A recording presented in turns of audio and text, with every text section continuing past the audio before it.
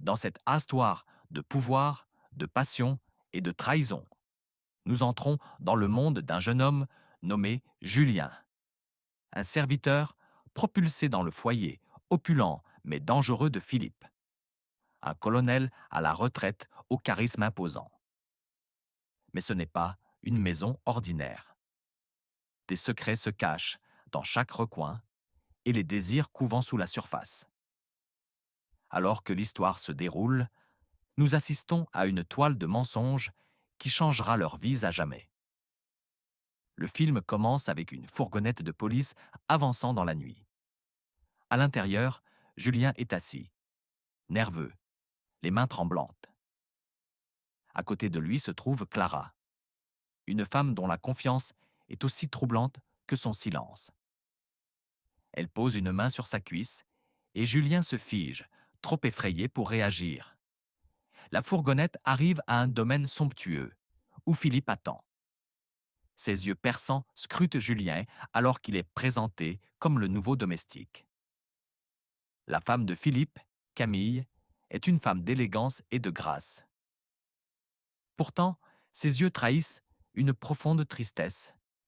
Elle se déplace dans la maison comme une ombre, sa présence à la fois captivante et inquiétante. Philippe, bien qu'autoritaire, montre une lueur de douceur en sa présence, mais son besoin de contrôle n'est jamais loin. Philippe paie l'officier de police, Luc, pour avoir amené Julien. Il l'invite à une fête ce soir-là, un aperçu de son monde luxueux. À la fête, l'air est chargé d'opulence et de désirs cachés. Julien, cependant, est attiré par Camille. Leurs yeux se croisent, et pendant un instant, le monde autour d'eux s'efface. Après la fête, Philippe et Camille jouent à cache-cache. Ce qui commence comme un jeu devient sombre lorsque Philippe se blesse. Sa colère éclate et il brise un verre, criant sur Camille. Effrayée, elle le console avec des mots doux, apaisant sa rage. Mais la tension persiste. Julien, entendant le tumulte, entre dans la pièce. Camille se recompose rapidement, mais Julien sent la tempête sous son calme apparent. La gouvernante, Élodie, l'emmène à part. Sa voix est ferme, mais bienveillante. C'est leur monde, l'avertit-elle. Ne te laisse pas consumer. Cette nuit-là, Philippe s'effondre, ivre.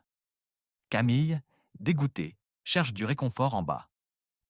Julien, nettoyant la piscine, la remarque. Leurs yeux se croisent et une connexion muette se forme. Elle s'approche de lui avec un verre de vin et bien qu'hésitant, il s'assoit à ses côtés. Leur conversation est calme, mais leurs mots portent le poids d'un désir inexprimé. Le lendemain, Philippe emmène Julien à la pêche. Il l'interroge sur ses rêves. Julien révèle son passé tragique. Orphelin depuis son plus jeune âge, il aspire à étudier et à avoir une vie meilleure. Philippe, étonnamment, lui propose son soutien. Julien est reconnaissant, mais une graine de conflit s'enracine dans son cœur. Au fil des jours, Julien et Camille se rapprochent. Dans le jardin, pendant un massage, leurs touches prolongées trahissent leurs sentiments grandissants. Camille, enhardie par son malheur, commence à faire des avances subtiles. Julien, bien qu'hésitant, y répond. Un soir, Camille offre à Julien une montre, un gage de son affection. Julien est touché, mais méfiant. Leurs rencontres secrètes deviennent plus fréquentes et leurs liens se renforcent. Mais dans une maison pleine de regards indiscrets, combien de temps pourront-ils cacher leur amour? Les soupçons de Philippe grandissent. Lors d'une fête, il humilie Camille devant ses amis, l'accusant de déloyauté. Julien regarde, déchiré entre sa loyauté envers Philippe et son amour pour Camille. Plus tard, Philippe confronte Julien, exigeant la vérité. Julien nie toute trahison, mais la rage de Philippe est incontrôlable. Philippe force Camille à se soumettre à lui devant Julien, affirmant sa domination. Julien est dévasté, son cœur brisé pour la femme qu'il aime. Cette nuit-là, Camille se confie à lui. Nous devons nous échapper, murmure-t-elle. Mais Julien propose une solution plus sombre, une solution qui changera tout. Julien et Camille élaborent un plan pour éliminer Philippe. Mais alors qu'ils se préparent, Élodie révèle ses propres luttes. La maladie de sa fille l'oblige à rester employée chez Philippe. Julien compatit, mais reste concentré sur leur plan dangereux.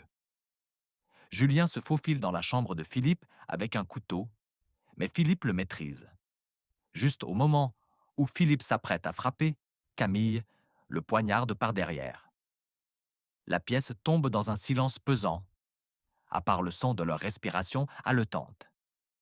Le règne de Philippe est terminé. Mais à quel prix? Julien et Camille se débarrassent du corps de Philippe dans la rivière. Le lendemain matin, ils sont confrontés à Luc. Ils révèlent la vérité. Camille et Luc avaient conspiré pour manipuler Julien et tuer Philippe.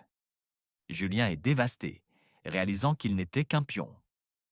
Dans un retournement choquant, Camille tue Luc, s'assurant sa liberté et sa richesse. Elle réembauche Élodie, symbolisant un nouveau départ. Mais alors qu'elle se tient seule dans le domaine somptueux, son sourire froid persiste. Julien est laissé brisé, une victime de sa manipulation. Le film se termine avec Camille, aux commandes, son triomphe indéniable. Mais à quel prix? L'amour, la loyauté et la confiance ont été sacrifiés dans sa quête de pouvoir. Et alors que l'écran s'assombrit, nous sommes laissés à méditer sur les ombres de la tromperie qui persistent dans son sillage.